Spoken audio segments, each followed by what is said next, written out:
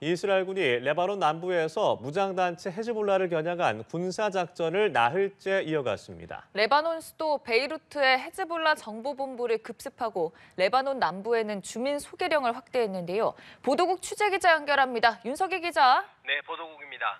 이스라엘군이 작전을 확대하는 모습인데 헤즈볼라의 반격도 만만치 않다고요? 네, 그렇습니다. 이스라엘군인 현지 시간으로 3일 레바논 수도 베이루트의 헤즈볼라 정보본부를 공습했다고 밝혔습니다.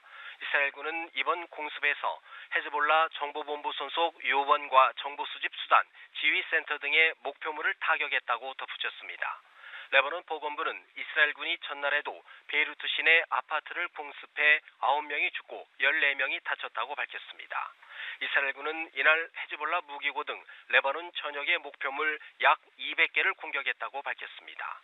반면 헤즈볼라는 이날 오전 레바논 남부 파티바 검문소를 통해 국경을 넘으려던 이스라엘군을 포격으로 격퇴했다고 주장했습니다. 신화통신에 따르면 헤즈볼라는 또 레바논 남부 오다이사 등에서 10시간가량 교전 끝에 이스라엘군 17명을 사살했다고 주장했습니다. 이스라엘군은 아직 이번 충돌에 대해 언급하지 않고 있습니다. 레바논 소식통들은 이스라엘군이 레바논 영토에 진입했으나 주둔하지는 못하고 있다고 외신들에 전했습니다. 네, 말씀하신 것처럼 헤즈볼라의 반격도 만만치 않습니다.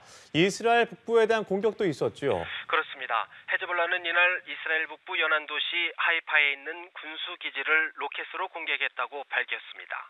이라크 내 친이란 무장 세력인 이라크 이슬람 저항군도 이스라엘 남부의 목표물을 공격했다고 주장했는데요. 이스라엘군은 이날 오후 4시를 기준으로 레바논에서 약 120발의 발사체가 날아왔다고 집계했습니다. 또 전날 레바논 남부에서 교전 중 장교 1명이 추가로 사망하면서 이번 헤즈볼라에 대한 지상 작전에서 숨진 이스라엘군 장병은 9명으로 늘었습니다. 하지만 레바논 남부 지역에 대한 공세는 계속되고 있습니다. 이스라엘군은 레바논 남부 25개 마을에 주민 소개령을 추가로 발령했습니다. 이스라엘의 지상작전으로 레바논 군도 처음으로 사망하고 레바논 주민들의 대피 행렬도 이어지고 있습니다. 그렇습니다. 레바논군은 이날 남부 파티마 검문소에서 약 4km 떨어진 타이베 지역 등에서 2명의 자국군이 이스라엘군의 공격으로 숨졌다고 밝혔습니다.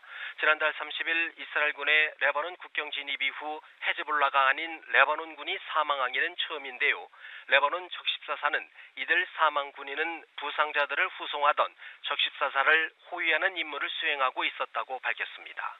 또 이스라엘의 공세가 이어지면서 해외로 탈출하는 레바논 국민들의 엑소더스가 이뤄지고 있습니다.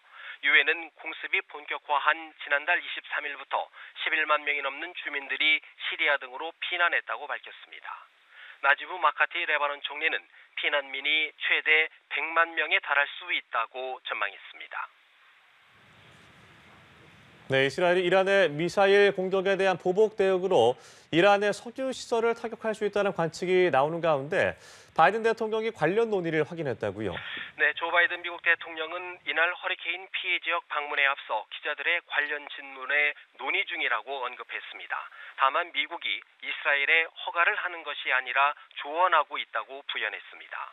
바이든 대통령은 앞서 이스라엘이 이란의 핵시설을 공격하는 방안에 대해서는 지지하지 않는다는 입장을 밝힌 바 있는데요.